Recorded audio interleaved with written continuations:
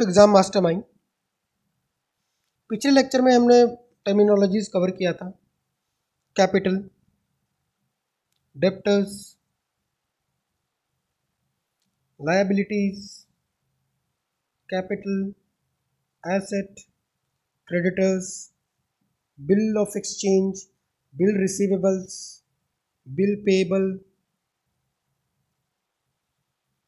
Bill receivables etcetera etcetera, stocks, cash, inventories etcetera. तो आज हम लोग ये जो टर्मिनोलॉजीज पढ़े हैं उसको क्लासिफाई करेंगे एसेट, कैपिटल या लाइबिलिटी में। ये इक्वेशन बहुत इंपॉर्टेंट होता है, asset equal to capital plus liability. ठीक है, इसे बोला जाता है अकाउंटिंग इक्वेशन। एक और चीज हम लोग आगे पढ़ेंगे, रेवेन्यू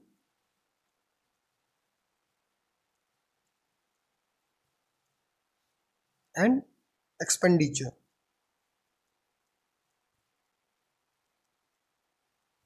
ठीक है, तो रेवेन्यू और एक्सपेंडिचर। रेवेन्यू क्या होंगे?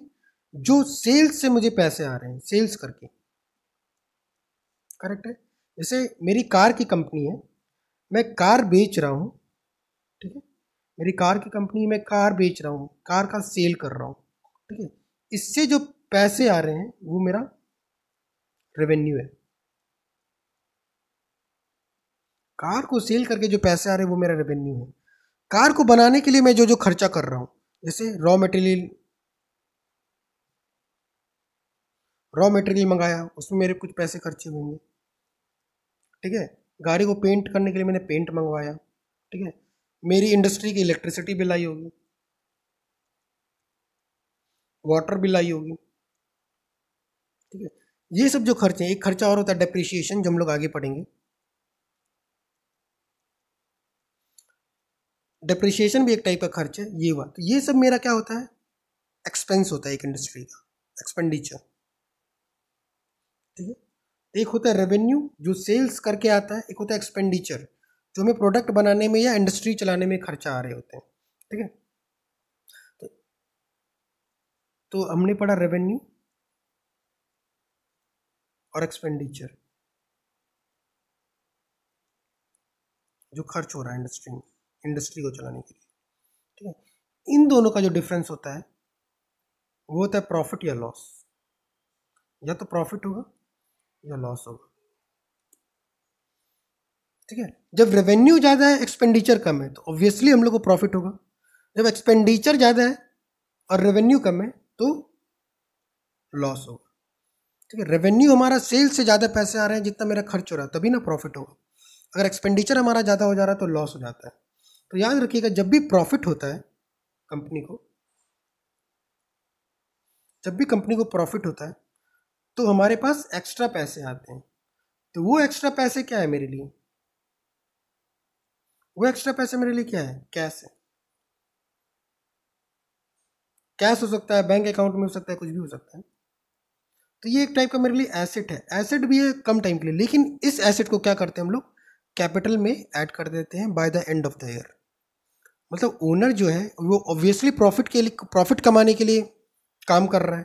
तो ये जो एक्स्ट्रा प्रॉफिट बिजनेस को बचता है वो ईयर के एंड में, मतलब जो आपका अकाउंटिंग पीरियड है उसके एंड में किस पे ऐड हो जाता है?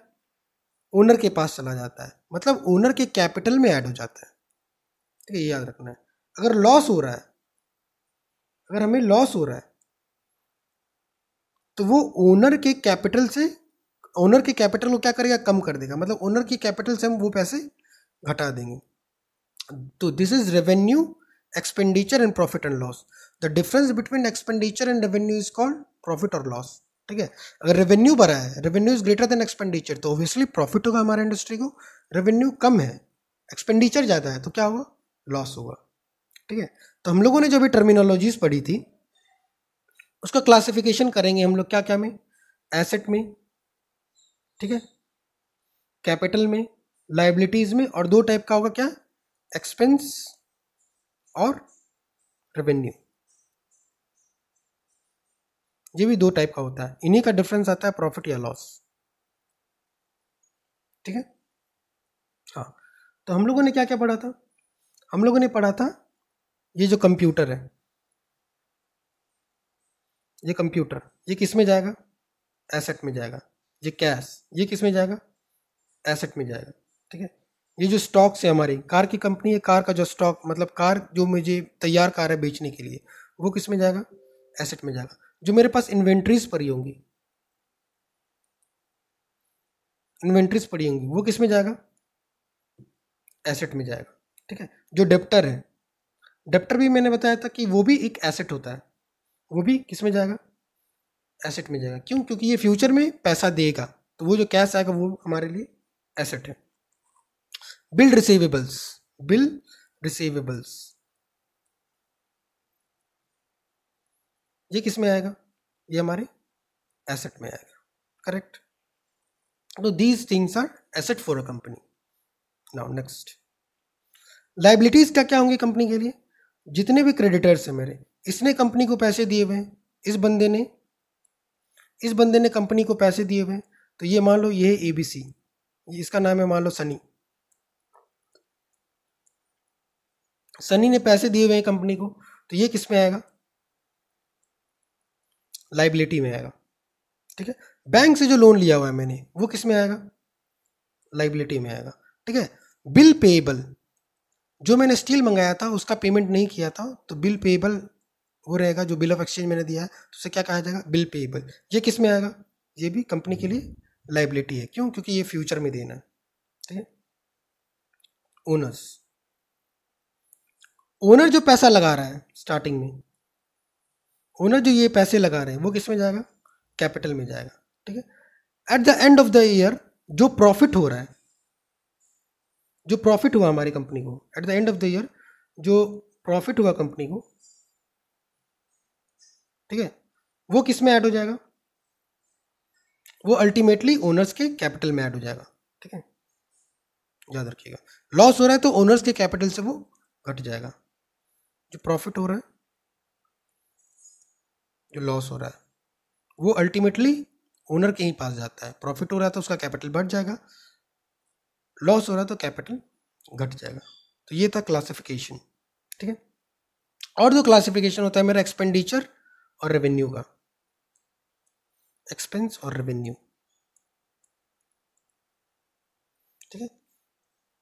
रेवेन्यू कहाँ से आ रहा है? मुझे सेल करके आ रहा है, जो मैं सेल कर रहा हूँ। तो ये सब इसमें जो मैंने बेच रहा हूँ, रेवेन्यू आ रहा है किससे आ रहा है? मुझे कस्टमर 1 से आ रहा है, कस्टमर 2 से आ रहा है, या अदर कस्टमर से आ रहा है। एक्सपेंडिचर मेरा क्या क्या हो रहा है? बिजली बिल भर रहा हूँ मैं, ठीक है, एम्प्लॉय को सैलरी दे रहा हूँ, ये खर्चा हो रहा है। ठीक है। वाटर बिल पे कर रहा हूँ। ठीक है। रॉ मटेरियल मंगा रहा हूँ,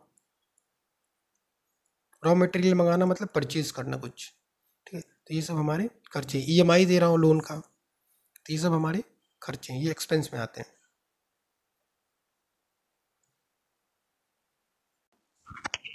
नाउ हम लोग एक बहुत इंटरेस्टिंग एक्सरसाइज करेंगे, जिसमें हम लोग ये प्रूव करेंगे कि asset equal to capital plus liability होती है। एक एक्सरसाइज करेंगे इसमें हम लोग ये प्रूव करेंगे कि asset equal to capital plus liability होती है। लेट्स सी, एक एग्जांपल से समझते हैं।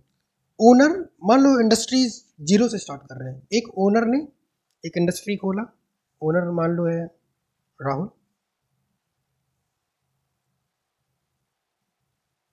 राहुल ने एक इंडस्ट्री खोला, ठीक है, इसका नाम था ABC कार लिमिटेड। ठीक है। इसने मान लो इनिशियल कैपिटल डाला 5 लाख रुपए इंडस्ट्री में। ठीक है। तो कैपिटल का अमाउंट क्या हुआ? 5 लाख। तो इसने जो कैश दिया, ठीक है, वो कैश दिया होगा। तब मेरे पास कैश इंडस्ट्री के अंदर ये आ गया। ये ट्रांजैक्शन क्या हुआ? ओनर से इंडस्ट्री के अंदर आ गया। तो ये क्या हुआ? अब इंडस्ट्री में कैश मेरे पास कितना है? 5 लाख। आप देख रहे होंगे ये दो चीज मैंने दो जगह लिखा है, 5 लाख 5 लाख। ये जो कैपिटल आया 5 लाख, और कैपिटल आने के बाद वो इंडस्ट्री में रखा गया, वो कैश गया कहाँ? इंडस्ट्री में आ गया। ये कैश क्या है? एसेट है। अब मैं एंट्री करता हूँ उसका। देखिए, अभी मैं ये बेसिक एंट्री नहीं सिखा रहा हूँ, बस आपको फील करा रहा हूँ कि asset equal to capital plus liability क्यों होता है। ठीक है। अब एक चीज ये देख रहे हो आप, यहाँ भी 5 लाख है, यहाँ भी 5 लाख है।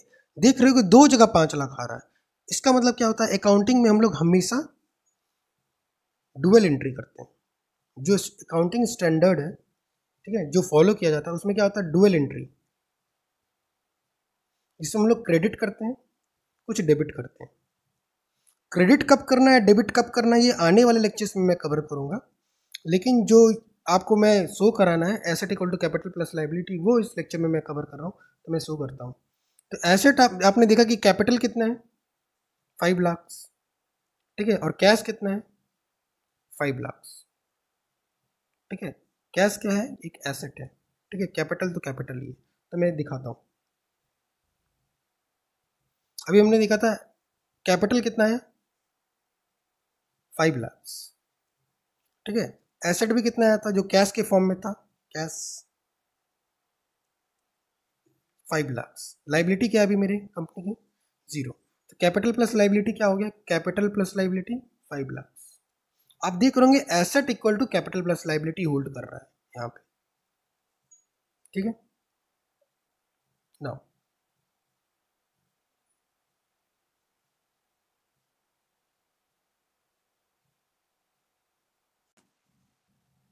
नाउ लेट्स सपोज हमने बैंक से लोन लिया, लेट्स सपोज 2 लाख बैंक से लोन लिया, बैंक से 2 लाख लोन लिया, एज ए कैश आया होगा वो, या फिर बैंक अकाउंट में आया होगा, मैं मान रहा हूँ भी कैश आया होगा। तो ये कैश भी हमारे इंडस्ट्री के अंदर आ जाएगा 2 लाख। तब इंडस्ट्रीज में क्या आ गया, कैश 2 लाख आया, 5 लाख कैश ऑलरेडी थे, ठीक है। तो ये कैश जो 2 लाख कैश है, ये भी हमारे लिए एसेट है, क्योंकि इंडस्ट्री में जो भी कैश होता है वो एसेट होता है, हम लोग एंट्री करते हैं। ये जो कैश है 2 लैक्स लोन के अमाउंट में, ठीक है, बैंक से जो मैंने लिया लोन, ठीक है, ये 2 लाख आया। कैपिटल अभी भी कितना है 5 लाख। लाइबिलिटी मेरी कितनी, इसमें इस चीज़ में, इस सेकेंड, इस वाले ट्रांजेक्शन में मेरा कैपिटल तो कुछ नहीं आया, 0 है, ठीक है। लाइबिलिटी मेरी कितनी आ गई 2 लाख, क्यों, क्योंकि ये लाइबिलिटी लोन है। लोन क्या होता है, एक लाइबिलिटी होता है, यहाँ भी डुअल एंट्री हो रहा है। 2 लाख रुपए हमारे पास कैश आ जा रहे हैं, लाइबिलिटी में भी हमारी 2 लाख बढ़ जा रहे हैं, ठीक है, क्योंकि लोन इज ए लाइबिलिटी, यहाँ भी हमने डुअल एंट्री किया। अब ये होल्ड कर रहा है क्या, अब एसेट हमारे पास कितने हैं 7 लाख के हैं, ठीक है। कैपिटल कितना है 5 लाख, और लाइबिलिटी कितना है 2 लाख। तो asset equal to capital plus liability hold कर रहा है, क्योंकि दोनों 7 लाख, करेक्ट। तो इसलिए हमारे सारे ट्रांजेक्शन्स में asset equal to capital plus liability hold करेगा, ठीक है। और मैंने जो आपको एंट्री बताई इससे पहले कि जो जो क्लासिफिकेशन होगा उसको उसमें डालते हैं। बेसिकली ये जो मैंने आपको टेबल दिखाया है, ठीक है, अकाउंट्स में एक बात और याद रखिए, हम लोग टेबल को क्या बोलते हैं, अकाउंट, टेबल को ही अकाउंट बोलते हैं, ठीक है। और ये जो मैंने आपको लिस्ट दिखाई है, ये लिस्ट क्या कहलाती है, एसेट कैपिटल और लाइबिलिटी वाली लिस्ट, इसको बोला जाता है बैलेंस शीट। ये हम लोग आगे आने वाले लेक्चर में कवर करेंगे, इसे क्या कहा जाता है, बैलेंस शीट, ठीक है। तो आज मैंने आपको asset equal to capital plus liability क्यों होल्ड करता है, इसी तरह बहुत सारे ट्रांजैक्शन हम लोग करते जाएंगे, तो हमें दिखते जाएगा asset is always equal to capital plus liability. और एक और इक्वेशन होती है revenue minus expense equals to profit या लॉस, ठीक है, ये याद रखना है। तो this is it, this is the basic terminology of accounting.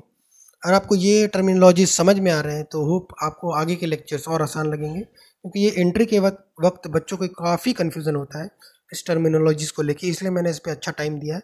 इसके आने वाले लेक्चर्स में मैं इसका थ्योरेटिकल पार्ट कराऊंगा, ये मैंने आपको थोड़ा प्रैक्टिकली फिल कराने की कोशिश की है कि कौन सा टर्म क्या होता है। तो आने वाले लेक्चर्स में मैं डेफिनेशन कवर करूँगा, तो 2-3 लेक्चर्स इसके जो रिटन डेफिनेशन होते हैं जो एग्ज़ाम में डायरेक्ट आएंगे वो कवर करने में मुझे लग जाएंगे। उसके बाद हम लोग नेक्स्ट कंसेप्ट पढ़ेंगे। तो अगर आपको लेक्चर्स पसंद आ रहे हैं तो मेरे इस चैनल को लाइक कीजिए, सब्सक्राइब कीजिए, अपने फेलो एस्पिरेंट्स के साथ शेयर कीजिए, कमेंट भी कीजिए, ताकि हमें पता चले कि हमारा लेक्चर्स कैसा बन रहा है। कमेंट आप अच्छे भी कर सकते हैं, ख़राब कमेंट, अगर आपको लेक्चर्स नहीं पसंद आ रहा तो आप उसका भी फीडबैक हमें दे सकते हैं। Thank you.